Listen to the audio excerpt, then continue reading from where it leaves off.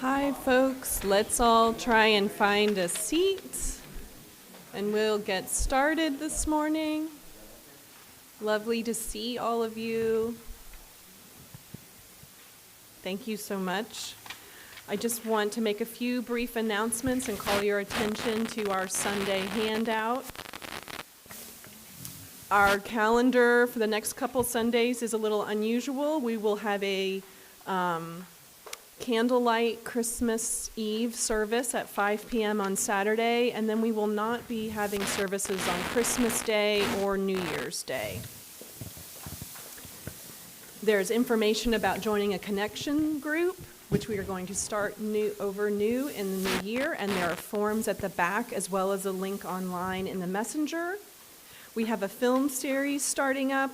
We have a sci-fi book club beginning. Their contributions to the Caring Place are always welcome. Thank you very much to Susan Patterson for making these for us on Sundays. For joys and sorrows today, we will be passing the mic, but if you would prefer to remain anonymous, please do bring forward a joy or concern, and I will be happy to read that for you. And also, COVID is on the rise, so please let us know by emailing our president at sangabrieluu.org should you test positive shortly after being with us here at San Gabriel. Let us now begin.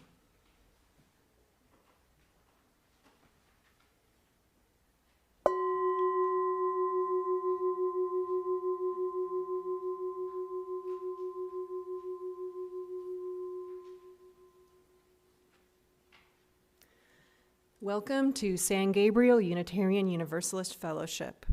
Whether you are here in the sanctuary or watching from home, we are so glad you are here. My name is Corinna Whiteaker-Lewis, and my pronouns are she, her, and I serve as your Director of Religious Education. Today's service is a special one. It is an adaptation of a holiday pageant written by Erika Hewitt called Following Yonder Star. We will be singing several hymns today, and we have a full cast of players telling this story and are using the microphones as best as we can so that everyone, both here and at home, can listen in and follow along, but your patience is appreciated. Children are invited to sit up front so they can see. We also have special activity bags for them to use at their seats, as we do not have childcare at the back of the room today. So let's help each other enjoy this service.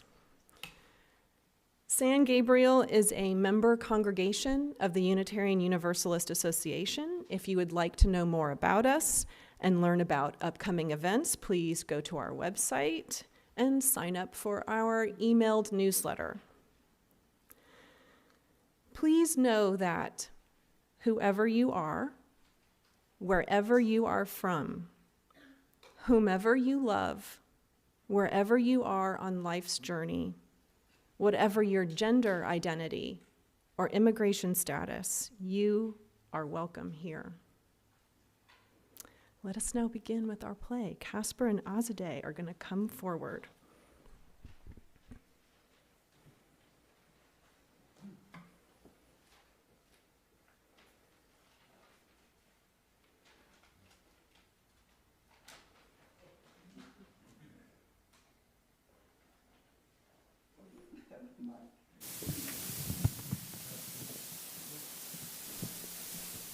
Yeah, I can hear it.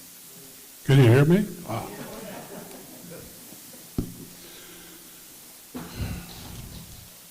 How strange. How very, very strange. How very, very, very strange. How very.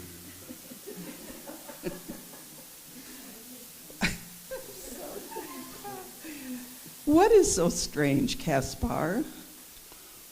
No time to explain, my dear. I must find Malachor and Balthazar. They need to know what I saw in last night's sky, although I still can't account for it. There's Melchior now. Excuse me.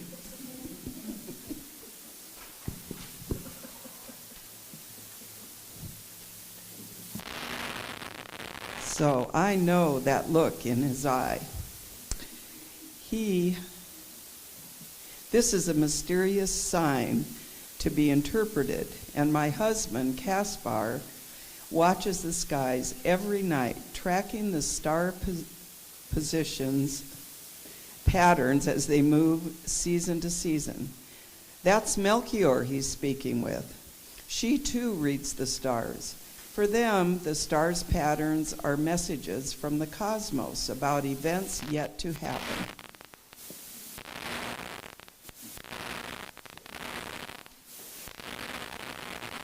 Now they've been joined by another friend, Balthazar.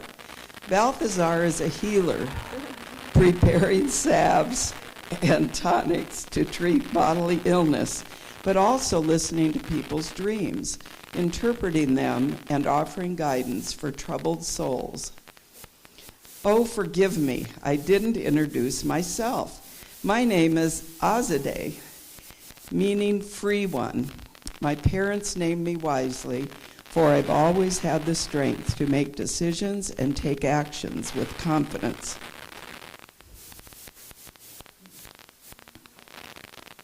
The three magi exit the sanctuary.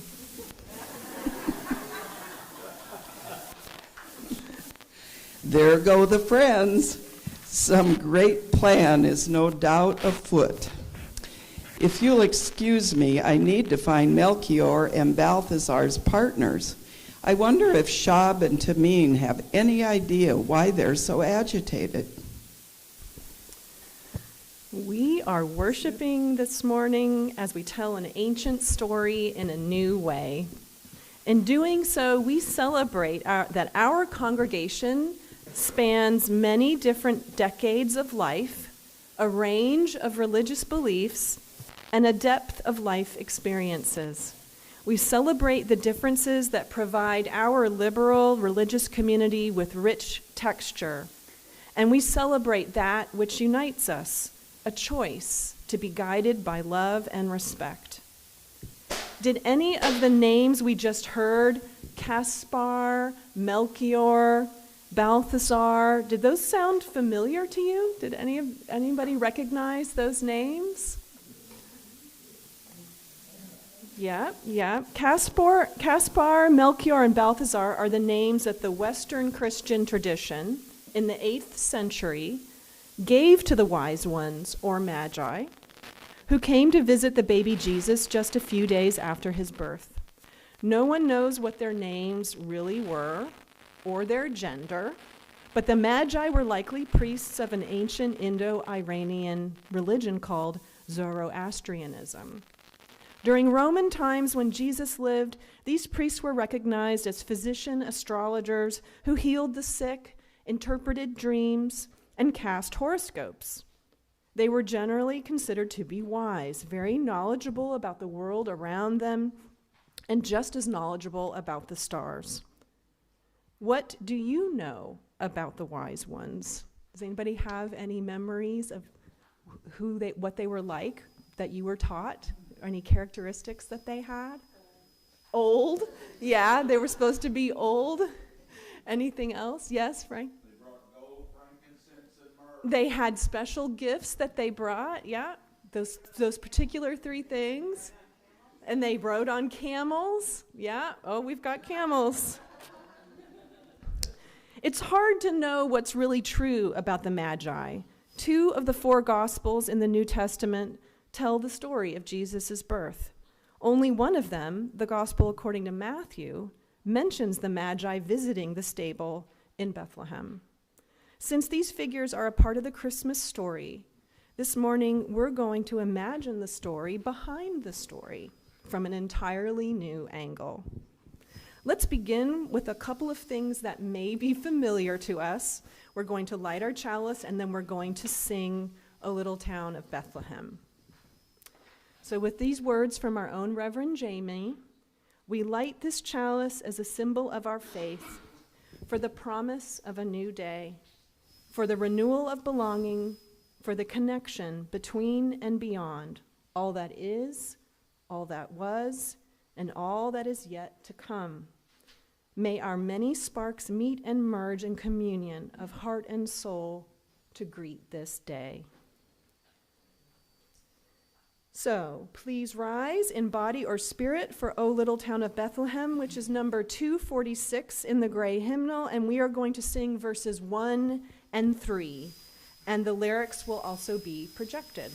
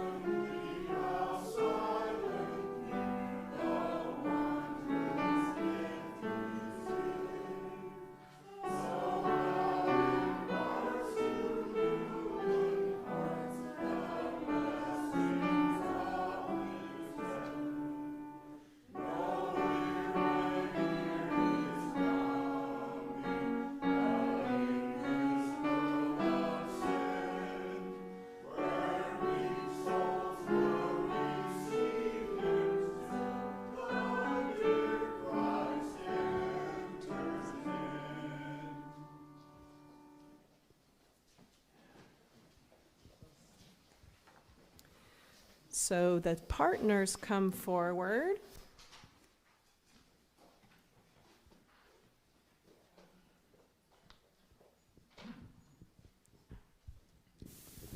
Melchior has been talking in hushed tones of Caspar and Balthazar all morning. I don't know what signs they've seen. The stars foretell something significant. Caspar hardly slept after reading the sky last night. Some great event must be making itself known through dreams as well, for Balthazar slept little. Instead, they paced the floor for many hours. Balthazar always does this when they are divining a message in a dream. Here they come. Surely they'll be too preoccupied to tell us their thoughts. I want to know their plans. All three of us do. The meaning of my name to mean is strong one. I am indeed strong, stubborn too. Friends, let's hide ourselves and see whether we can overhear their conversation. All right, so you're going to go high.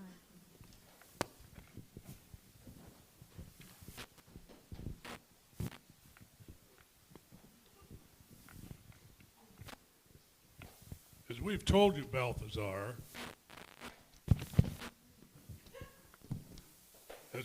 you, Balthazar, our studies of the night sky convince us that the birth of an important baby is imminent. I know less of stars than I do of dreams, friends. And I had a powerful dream last night. There was a long road leading to a simple building, which glowed with a golden aura. Beyond the walls, I could hear the cries of an infant, and the cries gave way to heavenly song, as if the angels themselves were singing. I awoke from the dream with a conviction that such a scene will unfold, and that I must travel to that place. I too feel that the stars have been calling me. We're being summoned. We must find. But where? In what direction do the stars point? Far to the west, we think, nearly to the sea, possibly the hills of Judea. It would be a journey of many days. Westward we'll go. And who is this child, do you suppose? Remarkable arrangement they're likely to be a leader, a baby who will grow up to be a ruler of nations. It could just as easily be a healer we seek, a child who will grow with miraculous powers to make the sick well. But now, Star, you saw a golden aura and heard angels in your dreams. The babe we seek may be a holy person who can speak to the gods. Friends, we do not need the answer to that question at this moment. We only need to decide whether to follow the star sign to the top and how soon to leave. And what to tell our partners, of course. They won't like us making such a long journey and still won't go with us. Maybe they should come with us. But how and why would they? There's no need for them to visit this child. Let's go alone, my friends. Let us prepare now. We'll take rest during this afternoon's hot sun and take our leave this evening. The camels will carry us through each night as we follow the star. Agreed. Let us prepare our things and let's include gifts to take to this important baby, whoever they are. We must arrive with generous tokens of honor and esteem. You're right, Melchior. If the baby is a royal in the making, the proper gift would be gold. I shall visit the temple today and select a piece of gold to carry with us. We don't know that the child will be a ruler, Caspar. I have propositioned that they might be a healer, in which case we ought to present ointment and anointing oil made with myrrh. I will prepare some jars immediately. Friends, you both forget that the babe could be a holy person. The only fitting gift would be the finest incense, frankincense, to perfume their robes and hair. Okay, since we disagree, let us each take our own gift. But let us make our preparations now so that the journey can begin tonight. All right, you're going to grab. Here come the partners. They're a bit upset about what they've overheard, that they're going to be left behind. They leave their hiding place.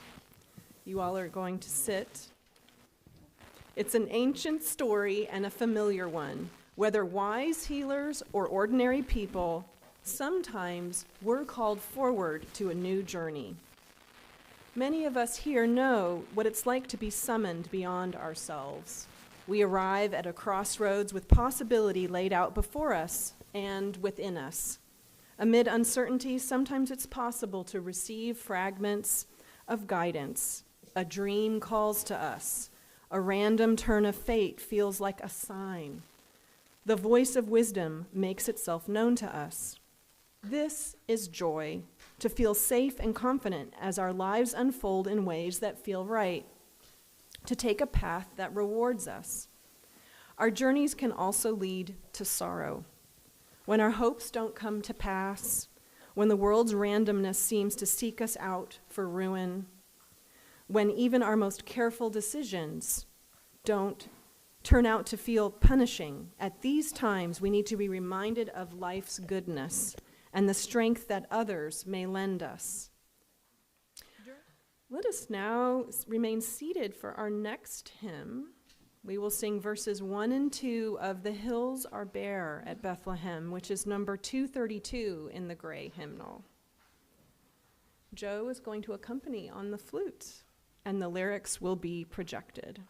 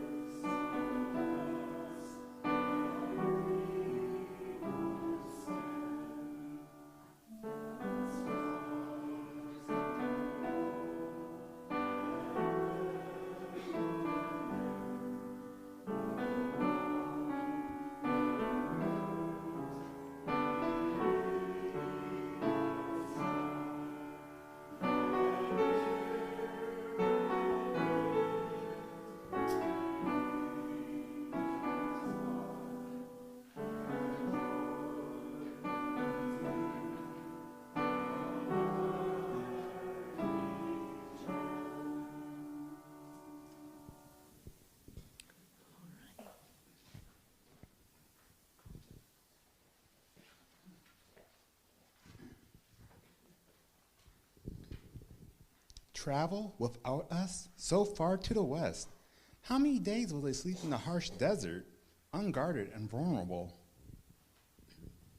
Well, they have been friends and know how to take care of one another. That's true. What do you think of their plan?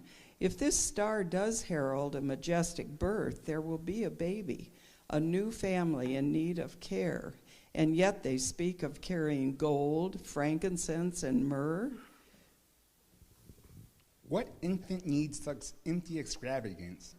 There will be a mother needing rest and a father to be fed. Sweet-smelling incense will mean little after a few nights without sleep. I hope this child's parents receive visitors who will care for them rather than bestow useless gifts on a baby.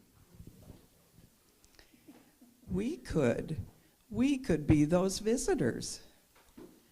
We could follow them as they follow the stars. Of course, we're no strangers to the desert, and we have our own strong camels. We'll disguise ourselves and bring our gifts to this heralded baby. I like your idea, Azadeh. I was given the name Shab, or Dark Night, because I was born in starlight. I always wanted to travel under the cloak of stars. Let's go! Although Melchior brings frankincense to honor the birth of a holy person, I will bring something that smells just as delicious. My finest cooking pot, some herbs to cook rich stews for the baby's mother. And Belshazzar brings myrrh to honor the birth of a healer. I don't have their healing abilities, but I know how to help the body be at rest. I shall bring the gift of sheep shears and the finest fabrics. I'll create soft pillows for the family, and I will weave delicate bunting for the babe. Caspar brings gold because he believes the child to be a royal in the making. I have nothing so fine in my possession, but I do have the gift of singing. I shall sit by the baby's side, singing it to sleep with gentle melodies. Azadeh, why don't you come be up here? Yes, you have to get your thing. Come step up. Is this all right? Yeah, come on up. There you go.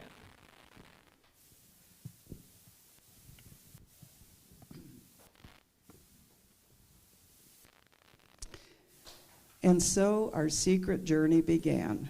We cheerfully helped each of our partners prepare a bundle of supplies.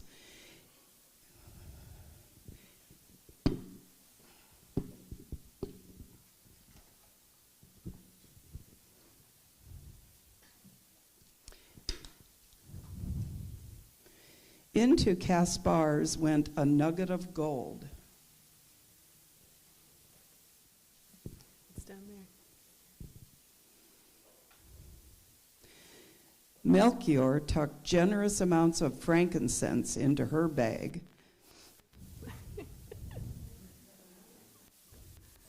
There we go. And Balthazar's bundle contained jars of myrrh. We watched them load their camels at twilight, and they struck out on their journey westward.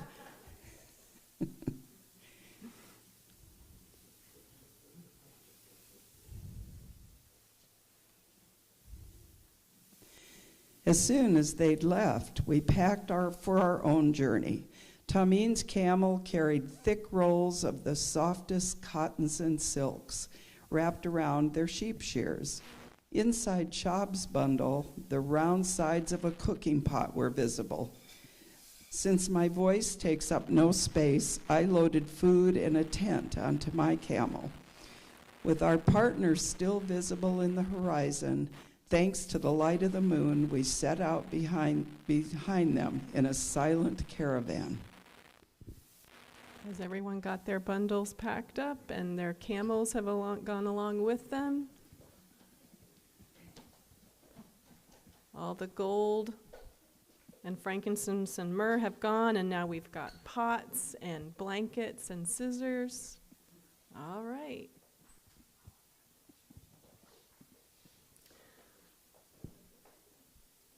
So many gifts. What gifts do we bring to this community? Gifts we might share within these walls and beyond them. How little would it take from each of us to form a significant gift that might make a big difference?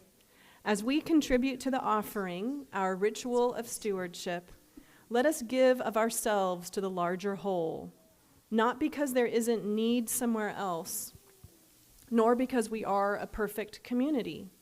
Rather, let us share our gifts this morning out of gratitude for all that we have, in trust that our offering will find its way to grateful recipients. The offering will now be gratefully accepted.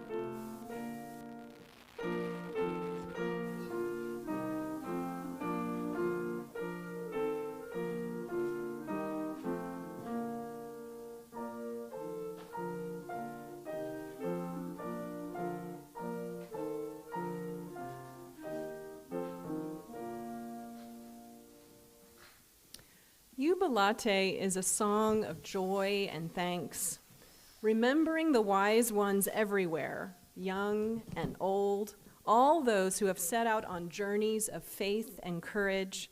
Let us sing our next hymn, voicing our Jubilate. Jubilate. It's the song we just heard Joe and Jackie play, Now on Land and Sea Descending, which is number 47 in the gray hymnal. Please stand as you are able and sing verses 1 and 4, and the lyrics again will be projected.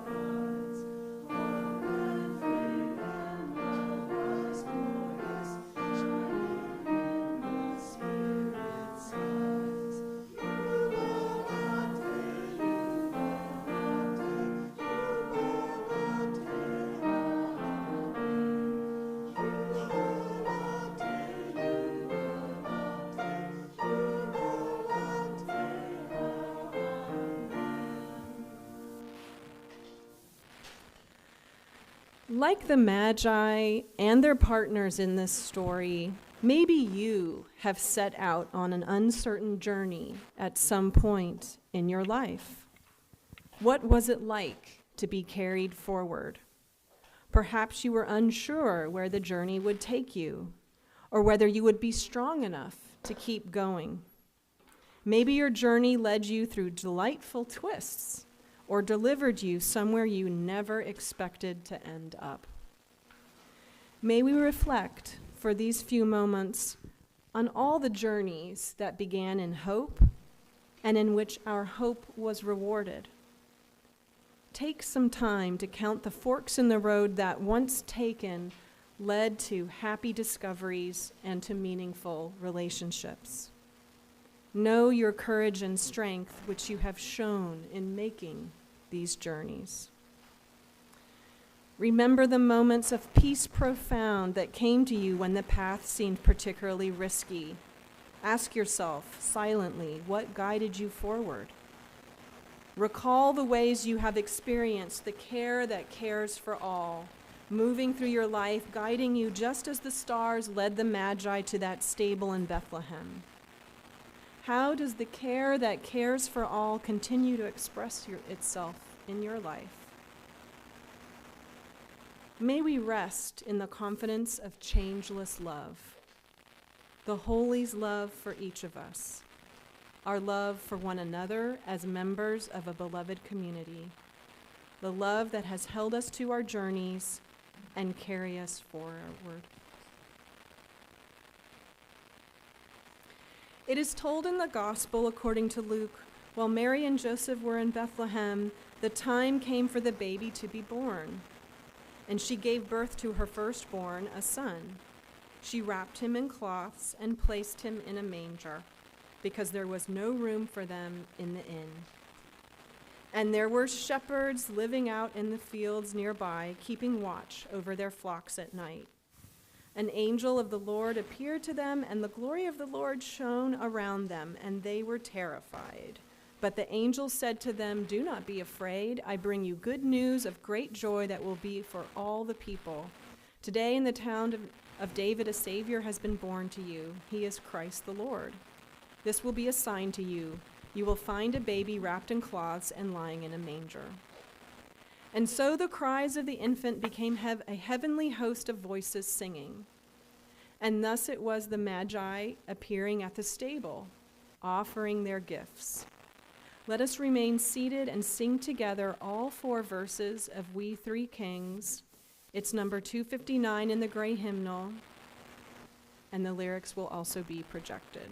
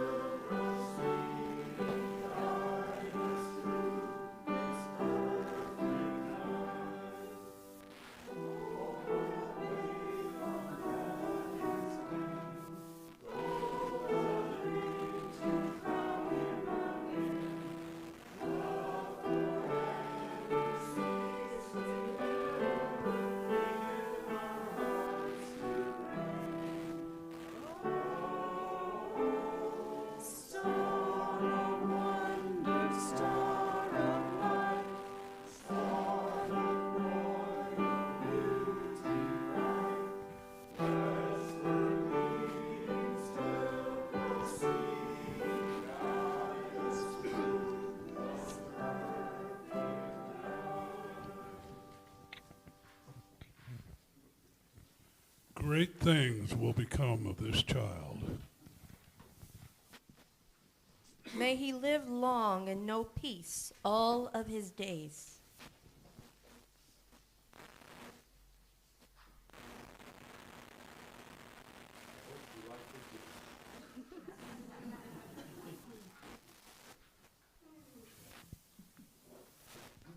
Our magi leave as we have someone come forward now.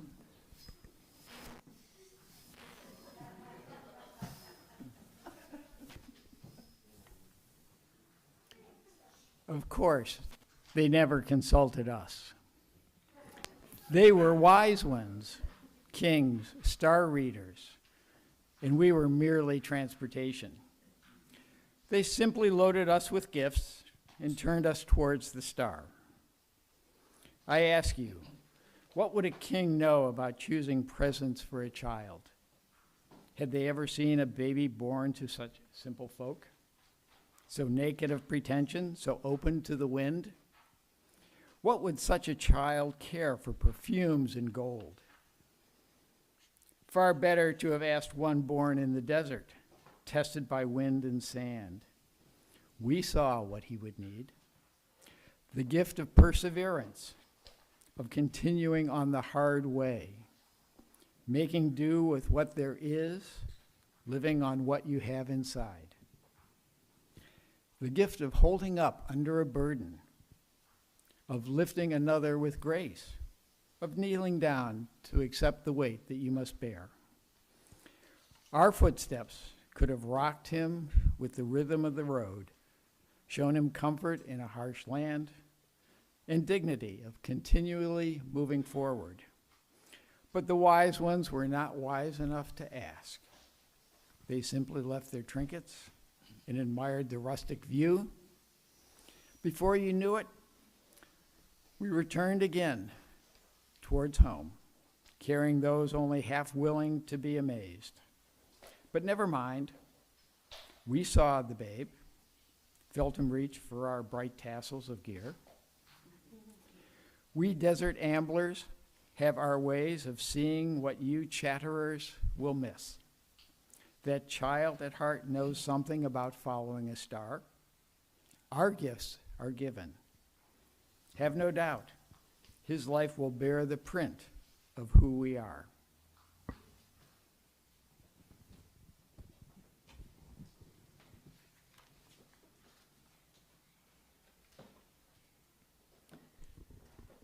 Oz today.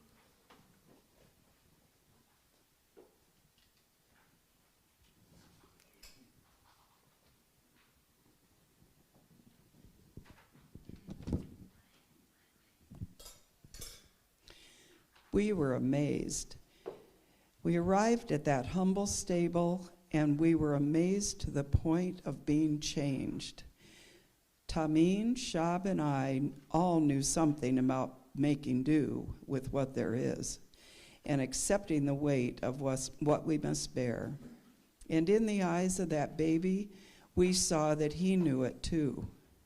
There was no question that he understood suffering, even at a few days old. I sensed somehow that his life would both relieve others of suffering and end in his own suffering. We were changed by this child and received something from him, even though we came to give of ourselves. And we did what we came to do. Each of us presented our gift to Mary, to Joseph, and to their plump, precious son, resting in the manger. We fortified the new parents with rich broth and prepared them a comfortable bed in the stable. All of the visitors had left. The cows and sheep were our only companions within the stable walls. As the stars shined their light through the night, Mary and Joseph spoke the quiet language of love to their newborn. Cradling him and cooing to him, the family settled into sleep, and I sang them my lullaby. Let's all sing it.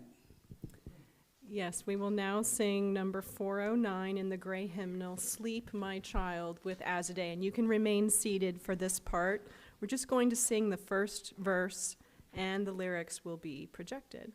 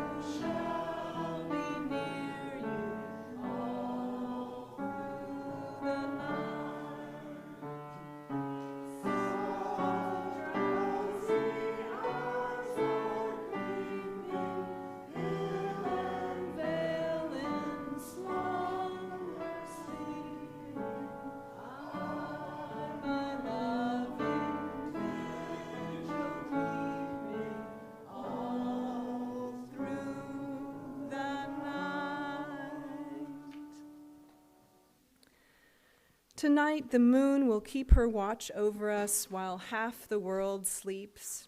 May we who are awake keep our loving vigil over one another. May this pure and holy feeling linger in us through this night and the many that follow. Amen and blessed be. Many thanks to our cast of players. Our musicians, hooray! Tech team making it possible for folks at home, and our hospitality team. Please join us. Please join us for coffee and conversation. Remember that our next service will be on Christmas Eve at 5 p.m. and no services on Christmas Day or New Year's Day. Please, can't wait to chat with you. Thanks, everybody. Good job, camels.